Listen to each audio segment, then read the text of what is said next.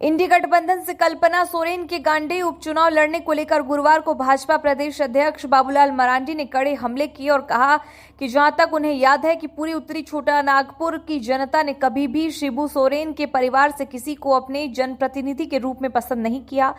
भाजपा प्रदेश अध्यक्ष गिरिडीह के बेंगाबाद की एन बख्शी कॉलेज में कोडरमा की भाजपा प्रत्याशी और केंद्रीय मंत्री अन्नपूर्णा देवी के पक्ष में गांडे विस के तहत आयोजित बूथ सम्मेलन को बतौर मुख्य वक्ता संबोधित कर रहे थे। कल्पना सोरेन के चुनाव लड़ने को लेकर कहा कि कोई भी कहीं से चुनाव लड़ सकता है, लेकिन कल्पना जी याद रखना चाहिए कि उन पर शिबू सोरेन परिवार के बहू होने का मुहर है।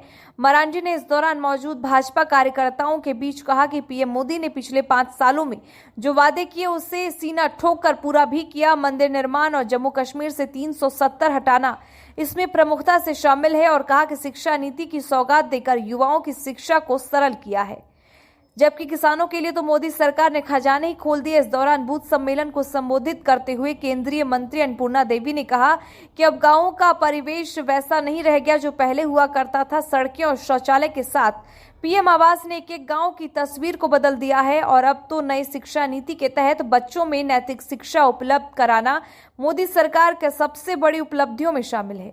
केंद्रीय मंत्री अन्नपूर्णा देवी ने कहा कि 2024 के चुनाव में भाजपा कार्यकर्ताओं को सिर्फ अपने बूथों की चिंता करना है। इधर सम्मेलन को पार्टी के प्रदेश उपाध्यक्ष कालीचरण सिंह, प्रणव वर्मा प्रदेश मंत्री प्रणव वर्मा, सांसद प्रतिनिधि दिनेश यादव, जीप अध्यक्ष मुनिया देवी, विनय सिंह, पूर्व विधायक लक्ष्मण स्वर्णकार समेत कई नेताओं ने संबोधित किया। लेकिन बूथ सम्मेलन में करीब 1 दर्जन गांवों के हजारों की संख्या में महिलाओं का जुटान हुआ था, तो पूरा पंडाल भाजपा समर्थकों से भरा हुआ था। इधर सम्मेलन में पार्टी के अध्यक्ष महादेव दुबे, प्रदेश कार्य समिति सदस्य सुरेश साहू, जिला महामंत्री संदीप डंगाईच, सुभाष चंद्र सिन्हा, पुरुषोत्तम राय, रंजीत मरांडी, उषा कुमारी, संजू देवी समेत कई भाजपा नेता और कार्यकर्ता मौजूद थे।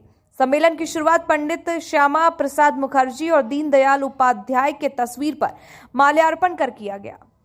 अटल जी नरेंद्र मोदी जी प्रधानमंत्री बने, आपको गांव-गांव सड़क पहुंच गई, तो पहुंच लो कि नहीं सड़कें बताइए। तो आप कोई हाट बाजार गाड़ी से जाए, आप पैदल नहीं जाओ, सब आप जाए गाड़ी से। सब घर में सब गांव में गाड़ी है कि आवो है कि नहीं, टुकटुकिया गाड़ी आवो फटका कर, अब गाड़ी चिंता क्या। लेकिन जब बीजेपी की सरकार बनी, नरेंद्र मोदी जी देश के प्रधानमंत्री बने, तो इन्होंने गांव की चिंता की और कहा कि दिल्ली में जैसी सड़क है, रांची में जैसी सड़क है, हम गांव तक भी वैसे ही मां बहनों को सड़क पहुंचा देंगे ताकि कोई कीचड़ में परेशानी नहीं हो, ताकि वो लोग भी शहर जा सके, बाजार जा सके, मेला जा। कौन सा है? नरेंद्र मोदी है। नरेंद्र मोदी आज भारत का प्रधानमंत्री ही नहीं बल्कि भारत का कोई नागरिक दुनिया के किसी दूसरे देश में जाता है और जब जाता है ये फख्र से कहता है कि मैं भारत का नागरिक हूं, तो उसको मान और सम्मान, पिछले 2014 के पहले जो अपमान झेलना पड़ता था वो अपमान अब नहीं झेलना पड़ता है और भारत का मान और सम्मान नरेंद्र मोदी के कारण, देश की जनता की ताकत के कारण दुनिया में आज बढ़ा है। वोट आप लोगों को करना है, एक तो लोकसभा के लिए करना है, दूसरा विधानसभा के लिए करना है।